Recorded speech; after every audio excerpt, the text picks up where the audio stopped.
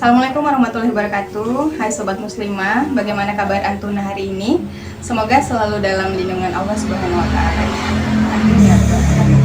By the way, Sobat Muslimah, kali ini Sobat Muslimah ditemani oleh saya, Kakak Vina, dan juga Muwardah. Dan seperti biasa di MMC Millennials kita akan membahas ya seputar dengan berita-berita yang sedang viral. Dan kemarin yang menghebohkan adalah terkait dengan viralnya surat cinta ya yang bernada mesum dari seorang anak kelas 6 SD untuk teman perempuannya ya yang juga sesama siswi kelas 6 SD. Dan kita akan membahas seputar itu ya Sobat Muslimah. Dan di sebelah saya sudah hadir narasumber kita, Muwardah, yang akan membahas ya terkait dengan mengupas secara tuntas terkait dengan hal yang viral itu ya. Oke, mungkin boleh langsung kita mulai Iya. Assalamualaikum warahmatullahi wabarakatuh. Waalaikumsalam warahmatullahi wabarakatuh. Ya alhamdulillah, alhamdulillahirrahmanirrahim. Wassalatu wassalamu ala rasulillah wa maulana Muhammadin wa ala alihi wa sahbihi ajma'in. Asyhadu la ilaha illallah wa asyhadu anna Muhammadan abduhu wa rasuluhu wa nabiyya ba'da. Wala rabbi shrah li sadri wa yassir li amri wahlul lisani yafqahu qawli. Jadi ini ya mau bahas tentang surat cinta tadi ya. Surat cinta yang dikirimkan oleh anak SD ke teman sekolahnya ya, anak SD juga.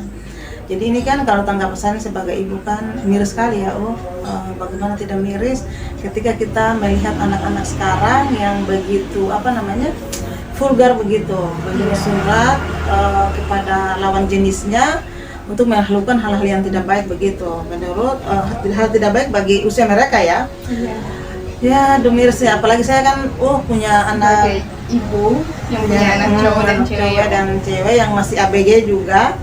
Aduh, miris sekali. Makanya saya sebagai orang tua itu harus lebih besar lagi perannya supaya sebagai ibu itu menjadi teladan begitu, menjadi contoh terbaik bagi anak-anak ini supaya dia lebih baik. Jadi dari rumah itu sudah kita bekali dengan aturan Islam, bagaimana pergaulan, laki-laki jangan bergaul dengan laki-laki sampai laki-laki saja, perempuan saja, jangan sampai kawan gitu. Jadi kalau saya lihat tentang hal ini miris sekali ya. Kalau di zaman kami dulu masih ini anak kecil seperti begini masih main-main rumah-rumahan, tapi sekarang aduh miris sekali bisa sudah sampai mainnya sampai di hal-hal yang senonoh begitu. Itu ya. Untuk pertanyaan kedua kalau tadi kan pertanyaan pertama terkait dengan tanggapan umum. Pertanyaan kedua sebenarnya untuk hal-hal yang seperti ini sebenarnya apa penyebabnya sampai anak-anak yang kalau kita bilang mereka itu masih bocah ya, mereka sampai sudah terpikirkan dengan hal-hal yang tidak pernah terbayangkan bagi seorang orang tua bahwa anaknya akan memikirkan hal-hal seperti itu. Apa penyebabnya? Ya mungkin penyebab pertamanya itu ya, kalau saya lihat itu dari pergaulan. Kemudian apa? Tontonan ya. Tontonan yang sering apalagi sekarang ya ada namanya segala macam lah di YouTube sana, ada TikTok, ada segala macam lah. Jadi ini apalagi di sana kan para kapitalis ini ya, dia kasih kasih segala macam, kasih bebas dari seks bebas. Terus dari segala macam, bagaimana anak-anak ini kan apalagi orang tua kan intinya juga orang tua memang sebenarnya peran ini sebenarnya yang harus berperan besar itu sebenarnya ibunya di rumah. Bagaimana ini anak-anak ini bergaul dengan siapa saja, dia pergi dengan siapa saja, dia kemana saja begitu, dia lihat apa saja gitu. Makanya kita harus pantau, jangan sampai dia melihat hal-hal yang merangsang begitu, atau yang ada pencingan memicu hal-hal yang tidak pantas begitu bagi mereka. Makanya ini ya ketika negara ini atau pemerintahan sekarang ini benar menerapkan hukum kapitalis ini, makanya semua kayak bebas begitu, bebas untuk melakukan apa saja, entah itu anak kecil, orang besar, terus yang paling besar lagi gitu. Mereka bebas mau buat apa saja terserah. Mau seks bebas bisa, yang penting kita bahagia gitu. Terus mau hedonis misalkan bisa saja. Jadi ini makanya di perilaku begini kan anak ini kan, apalagi sekarang kan orang kayak misalkan tuh untuk orang dewasa ini kan pacaran juga bebas, berjalan di jalan umum ini bergandengan tangan, ini anak ini ikut. Ada yang jalan gandengan tangan, ada yang tidur serumah dengan laki-laki. Itu dia. Makanya anak-anak ini kan tergantung apa yang dia lihat sebenarnya. Anak-anak ini dia lihat apa yang dia lihat, maka mereka tiru. Karena rasa penasaran mereka inilah yang membuat mereka itu ingin merasakan kemudian melakukannya. Makanya itu ketika tuh kalau poin dari surat itu mereka bilang kalau kamu setuju silakan temui saya di kamar mandi, iya kan begitu. Kalau kamu tidak setuju silakan sobek saja kan suratnya itu. Nah gitu. Tapi kan itu yang ketemukan tuh nggak kakaknya anak itu, anak kakaknya perempuan si cewek itu. Nah, makanya kan sampai dia rasa bagaimana sampai dia unggah di sosial media itu. Makanya ini kalau di sebenarnya nih ya, sebenarnya ini kita ini kan harus berperilaku baik, soalnya anak-anak ini nanti jadi contoh, maksudnya anak-anak, maksudnya manusia ya, orang-orang di sekitar ini jangan hanya bilang sudah yang penting bukan beta punya keluarga gitu, tidak ada kata kayak begitu. Kata bukan beta keluarga itu terserah mereka, bukan begitu. Kalau kita itu kan sebangsa setanah air ini kak, yang katanya ini kita ini kan harus sebangsa setanah air harus bagaimana namanya itu harus alih rasa beta rasa gitu. Seharusnya apa, orang lain rasa itu kita juga rasa, jangan hanya slogan-slogan alih rasa beta rasa padahal kenyataannya tidak. Makanya itu kalau kita di Maluku ya bebas sekali kita, apalagi orang jalan apa begitu pacaran bebas begitu, baru tidak ada yang kayak orang bilang suka-suka gue dong, kan diri gue gitu, diri beta seperti sewa teh gitu. Jadi makanya jangan heran ketika anak ini jadi pikiran karena ada yang dilihat, mereka langsung meniru gitu. Nah itu ada pancingnya. Jadi tadi penyebabnya gitu ya, mulai dari peran orang tua yang di rumah tidak maksimal, kemudian di lingkungan juga rusak, kemudian tontonan juga di zaman yang serba canggih, dunia gadget itu kita tidak bisa memantau begitu ya sehingga anak-anak itu mendapatkan apa yang tidak seharusnya atau bahkan belum seharusnya didapat atau ditonton gitu. Untuk pertanyaan terakhir kalau tadi sudah penyebab dan juga responmu sebagai seorang ibu, terakhir solusinya bagaimana untuk mencegah ataupun memberantas supaya hal-hal yang seperti itu tidak terulang kembali, itu solusinya dalam Islam ya karena kita sebagai muslim berarti patokan kita atau rujukan kita berarti harus ke solusi Islam. Nah itu bagaimana solusi dalam Islam? Iya, jadi kalau di Islam ini ya, solusi Islam, jadi Islam itu kan dikasih aturan itu sempurna itu, sampai dikatakan Islam rahmatan lil alamin itu berarti sempurna dia. Jadi bagaimana si anak-anak ini diatur dibesarkan tumbuh kembangnya itu bagaimana? Jadi kan ada di situ peran seorang ibu.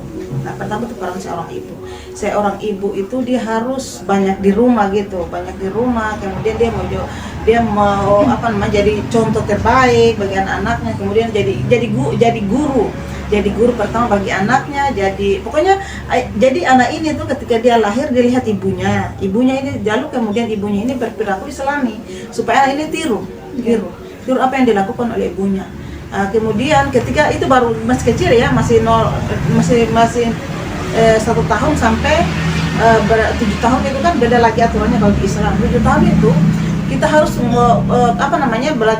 belajar atau mengajarkan kepada mereka itu tentang akidah Islam. Kemudian untuk anak-anak ke atas lagi, bagaimana akidah Islam tadi ada ininya ya, ada tahap-tahapnya, step by stepnya. Jadi itu kemudian juga umur 10 tahun kalau tidak anak-anak ini kalau tidak sholat harus dipukul gitu, dipukul secara, tapi tidak dipukul secara kayak membutuhkan sampai sekarang kayak seperti sekarang ini gitu. Lalu kemudian itu pendidikan. Nah, pendidikan di luar sana juga harus pendidikan yang baik, yang Islami, gitu. Jadi kemudian ada lagi yang peran lebih besar, yaitu negara kan begitu. Jadi semuanya berkaitan ini. Jadi ketika anak-anak kita itu keluar rumah, kita tidak jadi awas. Khawatir dengan keadaan ini. Kenapa? Karena ketika mereka dia keluar dari rumah, sudah dijaga oleh itu. Jadi semua itu artinya kontrol umat, kontrol masyarakat. Jadi ketika anak-anak ini keluar rumah, mereka semua kontrol. Di pergaulannya mereka dijaga. Kemudian juga setelah masyarakat, ada yang lebih besar lagi, negara, gitu. Negara yang akan menurunkan aturan ini. Sebenarnya itu namanya undang-undang, sebenarnya tuh namanya, kalau di Islam itu namanya undang-undang sosial, apa itu salah gitu, sosial. Jadi ada namanya pergaulan itu, dari mana perempuan dengan siapa saja dia bergaul, siapa saja mahram dia pergi, gitu. Jam berapa dan jam berapa dia pergi, jam berapa dia pulang, kan ada aturannya dalam Islam itu. Lalu kemudian anak-anak ini juga, makanya kan aturan-aturan dari negara inilah yang nanti akan menjadikan umat itu menjadi umat yang terbaik, begitu. Seperti kata Allah itu, bahwa kita ini adalah umat terbaik. Umat terbaik kan umat Nabi Muhammad itu adalah umat terbaik. Jangan sampai umat terbaik itu hanya tertulis saja di dalam Al-Quran, tapi tidak direalisasikan di tengah-tengah umat ini, gitu. Makanya kalau di Islam itu sangat luar biasa ya. Jadi semuanya tuh kayak apa namanya, terstruktur. Masya Allah, dari atas, dari ke bawah lagi. Kalau mau lihat dari bawah ke atas lagi, gitu. Jadi ketika seorang ibu itu dia melahirkan seorang anak, maka dia tidak terlalu sulit untuk memelihara anak-anaknya ini kan. Karena di situ ada, pertama kan pelindung seorang ibu adalah suaminya. Setelah suaminya ada siapa lagi? Ada yang lebih besar, yaitu negara, atau di dalam pemerintahan Islam dikatakan pemimpin itu adalah khalifah, gitu. Jadi masya Allah, jadi kita itu tidak khawatir. Makanya kita mau melahirkan anak berapa saja, kita tidak tanggung-tanggung, begitu. Mau anak 1, 2, 3 dan sebagainya, tidak kayak sekarang ini harus 2 orang saja, tidak boleh banyak. Lebih baik. Tapi kalau di Islam itu berapa saja, malah itu Rasulullah itu sangat senang dengan orang-orang yang melahirkan banyak, ibu yang melahirkan anak banyak gitu. Tapi ini sekarang tuh melahirkan banyak, mau ke sana, dan sekarang ini ya, kalau kita mau lihat itu ibunya saja sibuk, ibu sibuk, anak sibuk, semuanya sibuk. Akhirnya apa? Peran seorang ibu tuh tidak maksimal. Dia juga harus memikirkan bagaimana cara mendapatkan uang, bagaimana si suami ini juga tidak mencukupi, gitu. Walaupun dia punya penghasilan, tapi katanya tidak cukup, makanya ibunya juga harus keluar cari tambahan. Makanya jadilah anak-anak ini sebebas begitu. Beda dengan Islam tadi ya, ketika seorang ibu tuh dia harus jadi marwatul bait, ibu yang terbaik di rumah. Mungkin saja Masya Allah. Jadi sobat muslimah, semoga bermanfaat ya. Kalau dengar dari narasumber kita hari ini, bahwasanya solusi yang bisa kita ambil dari Islam itu, yang pertama ya, mulai dari yang pertama harus ada dari tatanan keluarga dulu dalam rumah, kemudian dari masyarakat juga, dan setelah dari masyarakat ada peran negara yang sangat krusial sekali, yang sangat penting sekali untuk menjaga hal-hal seperti itu supaya tidak terulang lagi seperti itu ya. Mungkin itu saja sobat muslimah yang bisa kita share hari ini, semoga bermanfaat. Lebih dan kurangnya mohon dimaafkan. Billahi taufiq wal hidayah. Wassalamualaikum warahmatullahi wabarakatuh. Waalaikumsalam.